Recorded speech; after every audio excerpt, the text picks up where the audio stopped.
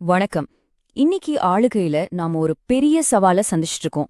அது என்னன்னா, ஒரு பக்கம் பாத்தீங்கன்னா ஏகப்பட்ட டேட்டா, புள்ளி விவரங்கள்லாம் மலை மாறி கூஞ்சிக்கிட்டே இருக்கு. ஆனா இன்னொரு பக்கம் அந்த டேட்டாவை வச்சு முடிவெடுக்கிற தலைவர்கள் மேல மக்களுக்கு நம்பிக்கை இருக்கான், அது குறைஞ்சிக்கிட்டே வருது. இந்த ரெண்டுக்கும் நடுவுல ஒரு பெரிய இடைவெளி இருக்கு இல்லையா? அதை எப்படி சரி பண்றது? அதுக்கான ஒரு செயல் திட்டத்தை தான் நாம இன்னைக்கு ஆழமா பார்க்க போறோம். கேள்வி ரொம்ப சிம்பிள் தான். ரொம்ப சிக்கலான டேட்டாவ எப்படி மக்கள் மனசுல ஆழமான நம்பிக்கையா மாத்துறது? இது ஏதோ தத்துவ கேள்வி மாதிரி தெரியலாம், ஆனா இல்ல. இதுதான் இன்னைக்கு ஆளுகையோட மைய புதிராவே இருக்கு.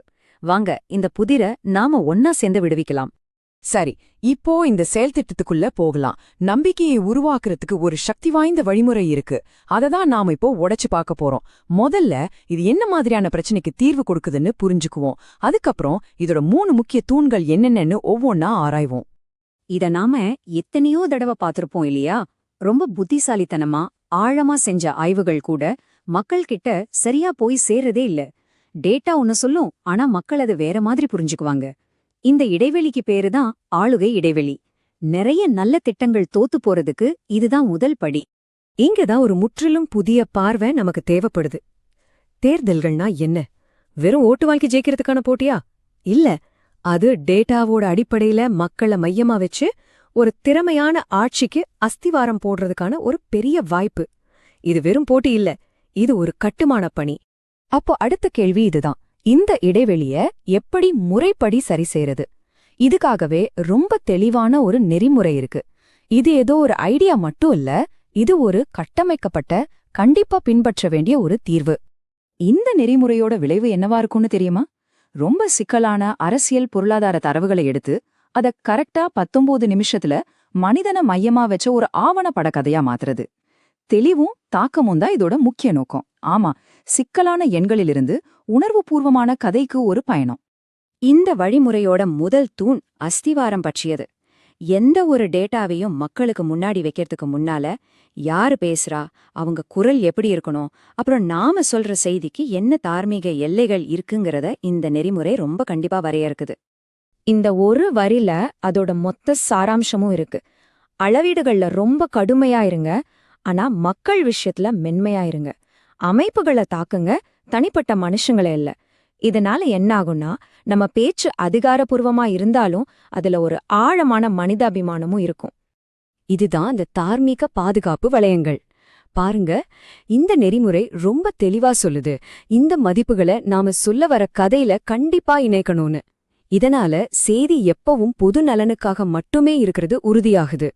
அரசியலமைப்பு சட்டத்தின் மாண்புகளும் கண்ணியமோ பொறுப்பான பேச்சும் தான் இதோட அடிப்படை. சரி, அடுத்ததான் இரண்டாவது தூணுக்கு வருவோம். அதாவது கதையோட கட்டமைப்பு. இந்த நெறிமுறை நீங்க என்ன சொல்லணும்னு மட்டும் சொல்லல, அத எந்த வரிசையில சொல்லணுங்கிறதையும் ரொம்ப துல்லியமா வரையறுக்குது. இந்த வரிசை ரொம்ப ரொம்ப முக்கியம். இந்த 6 படி கதை ஓட்டத்தை மாத்தவே முடியாது. ஏன் தெரியுமா? ஏன்னா இது மக்களை படிப்படியா ஒரு பயணத்துக்கு கூட்டிட்டு போகுது. கள நிலவரம் என்னன்னு புரிய வைக்கிறதுல ஆரம்பிச்சு பிரச்சனையோட ஆணிவேர் எங்க இருக்குன்னு காட்டி கடைசியா டேட்டா அடிப்படையில ஒரு தெளிவான தீர்வையும் அவங்க கண்ணு முன்னாடி கொண்டு வந்து நிறுத்துது.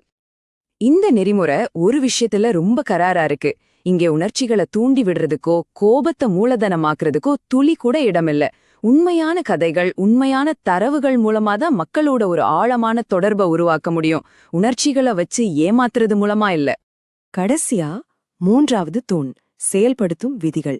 கதை எவ்ளோ நல்லா இருந்தாலும் அதை நாம எப்படி கொண்டு போய் சேர்க்கிறோங்கிறது ரொம்ப முக்கியம் இல்லையா? நம்மளோட இறுதி வெளியீடு எப்படி ஒத்திசைவா, நம்பகத்தன்மையோட, பார்க்கறதுக்கு சீரா இருக்கணும்னு சொல்ற சில கடுமையான விதிகளை இப்ப பார்க்கலாம். இதுக்கு பேரு உள்ளடக்க தடுப்புச் சுவர். ரொம்ப சுவாரஸ்யமான விதி இது. அதாவது கதையோட கவனம் எப்பவும் மக்கள் மேலயும் கொள்கைகள் மேலயும் தான் இருக்கணும்.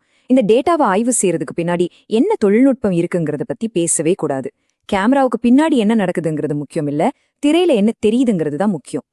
பாருங்க, காட்சிகளிலும் இதே கண்டிப்பு தான். எல்லாமே உண்மையானதா இருக்கணும். ஒரு படம் போட்டாலும் சரி, ஒரு வரைபடம் காட்டினாலும் சரி, அது நாம பேசிட்டு இருக்கிற ஸ்பெசிபிக்கான இடத்தோடவும் விஷயத்தோடவும் நேரடி தொடர்புடையதா இருக்கணும். சும்மா பொதுவான படங்களை போட்டு நிரப்புறதுக்கு இங்கே இடமே இல்ல. ஏன்னா அது நம்பிக்கைய குறைச்சிடும். நீங்க இவ்ளோ நேரமா இத பாத்துட்டு தான் இருக்கீங்க. கவனிச்சீங்களா? இந்த ஸ்கிரீனோட 4 மூலையிலும் ஒரு பிராண்டிங் தொடர்ந்து வந்துகிட்டே இருக்கு. அது ஏதோ டிசைனுக்காக இல்ல, இந்த நெறிமுறையோட ஒரு முக்கியமான விதி அது. ஒரு சீரான, ரொம்ப ப்ரொஃபஷனலான, ஒரு தனித்துவமான அடையாளத்தை இது உருவாக்குது.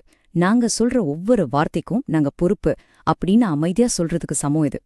கடைசியா இந்த முழு செயல் திட்டமோ தலைவர்களை ஒரே ஒரு முக்கியமான கேள்வியை கேட்க வைக்குது. நீங்க சொல்ற செய்தி நீண்டகால ஆளுகைக்காக உருவாக்கப்பட்டதா இல்ல வெறும் தேர்தலை ஜெயிக்கிறதுக்காக மட்டும்தானா? இது அரசியலுக்கு அப்பாற்பட்ட ஒரு நோக்கத்தோட நம்பகமான ஒரு தொடர்பை உருவாக்கணும்னு சொல்லுது. நீங்க மக்களுக்காக உழைக்கிற ஒரு தலைவரா மாறணும்னா, உங்களோட தொகுதியை உயர்த்தணும்னா blueprintstrategies.ai@mgr@blueprintstrategies.ai என்ற முகவரியிலோ அல்லது 0800420416002 என்ற எண்ணிலோ தொடர்பு கொள்ளுங்கள். அரசியலுக்கு அப்பாற்பட்ட நோக்கம்.